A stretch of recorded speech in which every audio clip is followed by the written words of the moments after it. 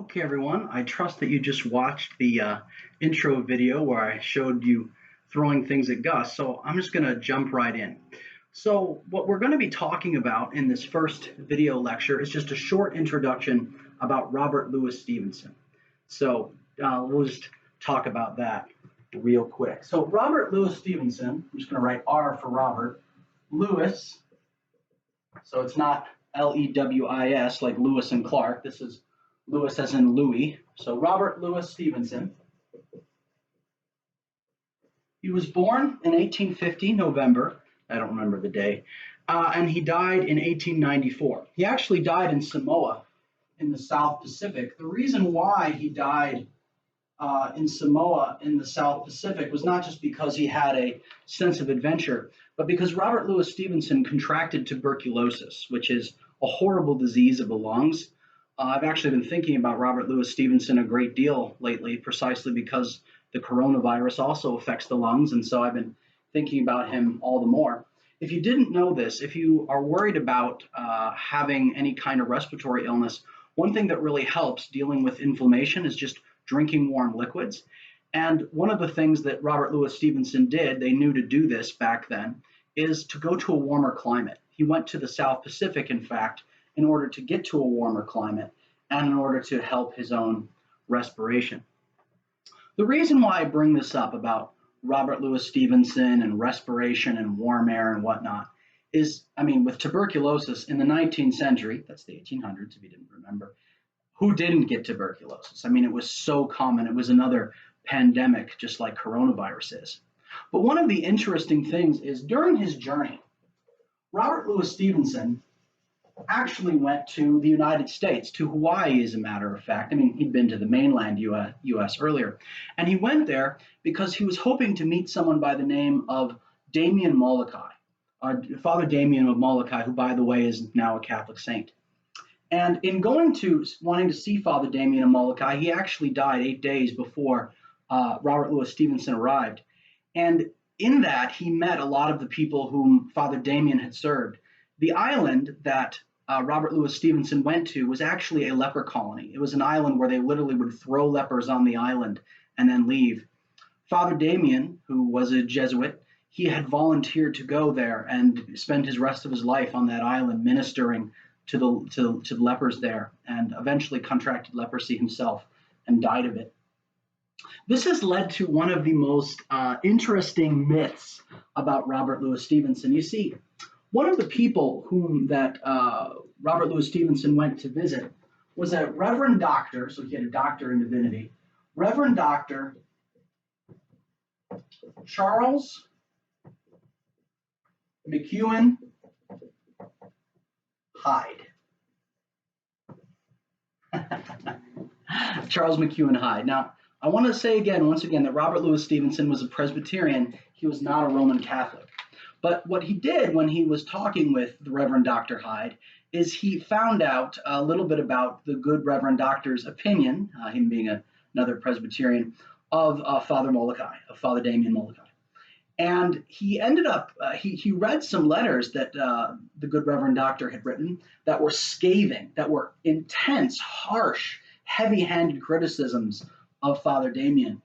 As a result, and after having met the people that Father Damien had served on the island, on the leper colony island, Robert Louis Stevenson published an open letter meaning he sent it to a bunch of newspapers everywhere. He published an open letter to the Reverend Dr. Charles McEwen Hyde, and it was a 6,000-word defense of Father Damien, who of course would later be canonized Saint Damien of Molokai.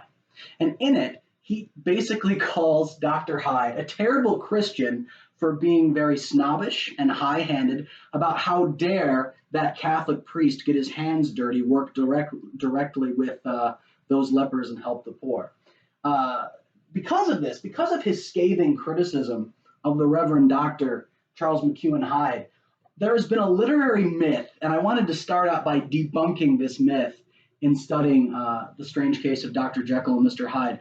A lot of people have taught, I was even taught when I was in high school, that the villain, Mr. Hyde, is based off of this character, Reverend Dr. Charles McEwen Hyde. This is totally false. And the reason why it's totally false is because The Strange Case of Dr. Jekyll and Mr. Hyde was published in 1886. And the reason why the name is Hyde is because Robert Louis Stevenson makes a pun using Hyde's name, as in hide and seek. So those people who say that Hyde is based on the hypocritical Reverend Doctor, that is not the case. But what's so ironic about this is the idea of the dual nature. One person in the light, another person in the shadows. This is kind of a very appropriate. This is a very appropriate comparison with the literary character of Mr. Hyde, and that's kind of how that. Whole myth of him being based upon that character began. So, unfortunately, Robert Louis Stevenson did not base the character of Edward Hyde upon the Reverend Dr. Charles Hyde, but it's just something to know. So, Robert Louis Stevenson, to continue, Robert Louis Stevenson is one of the most controversial of the great British writers. If you ask about how famous he is, when we talk about writers who've been translated into multiple languages, Robert Louis Stevenson is in the top 30 of most translated authors.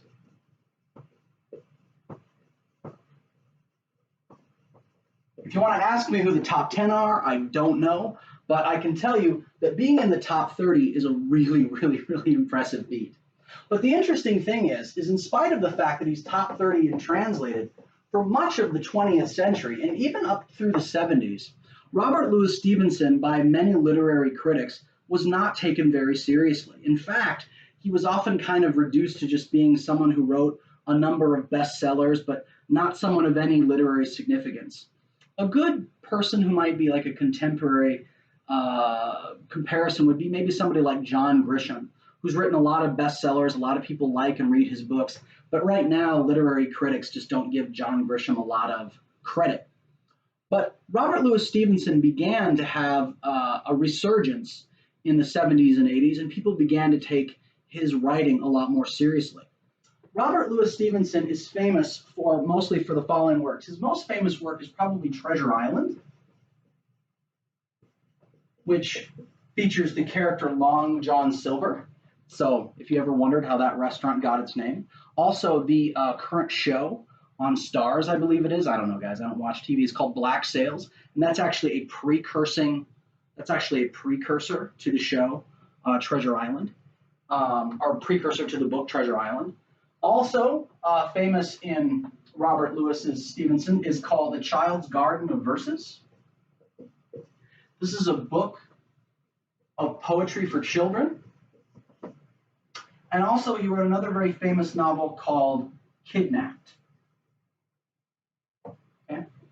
Now, interestingly enough, Kidnapped is about a boy who gets kidnapped, right? A young boy around 13.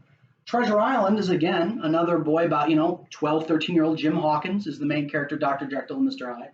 Our main character, Treasure Island, excuse me. And Child's Garden of Verses is a book of poetry for children. So if you notice what a lot of these things have in common is all of these books, right? This is a book of poetry for children.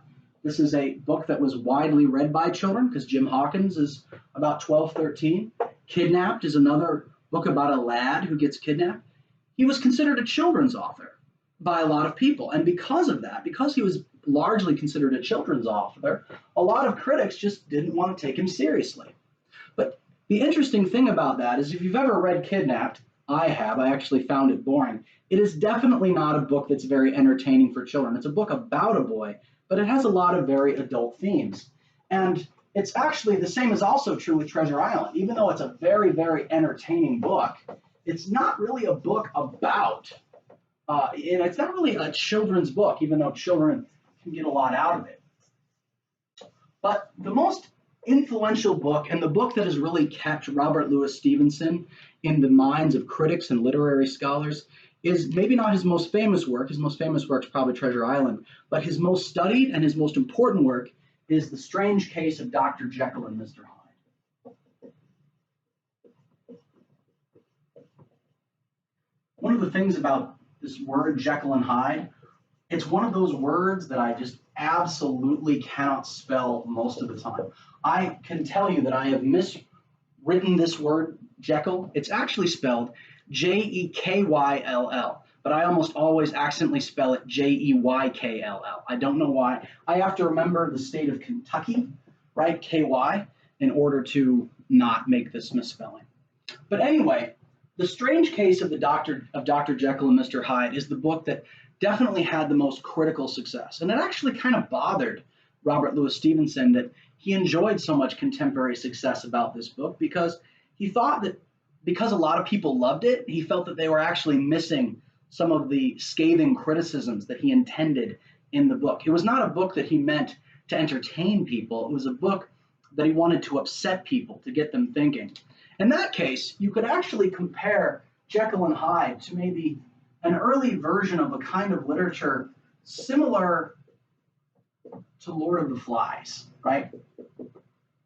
That's a book that's not particularly entertaining, but it's intended to make you think. It's intended to provoke you. In the same way, The Darkness of the Strange Case of Dr. Jekyll and Mr. Hyde is meant to be a dark book that is intended to provoke us and make us think about some wider and deeper themes. One of the things I want you guys to be aware about Dr. Jekyll and Mr. Hyde from the very, very beginning, it's called The Strange Case of Dr. Jekyll and Mr. Hyde. It is a book of horror, right? It is definitely in the horror genre, but it's also in the mystery genre. And because it's in both the horror and the mystery genre, it is important to understand that as we read through this book, all the details matter. There are going to be just different details and different things that are going to be brought up throughout this book that is going to be a matter of, hey, right, like, you know, did this detail that was mentioned before, is it going to come back later? Well, the answer is yes, right? And the answer is yes, and that we should be aware of these little details from the very, very beginning.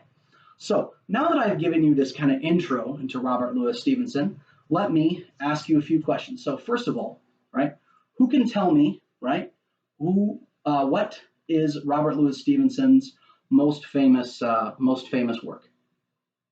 Yes, that is correct. Yes, I'm just going to assume it was Seamus Tierney. Good job, Seamus. Yes, it is indeed Treasure Island. Let's see if Gus can catch it.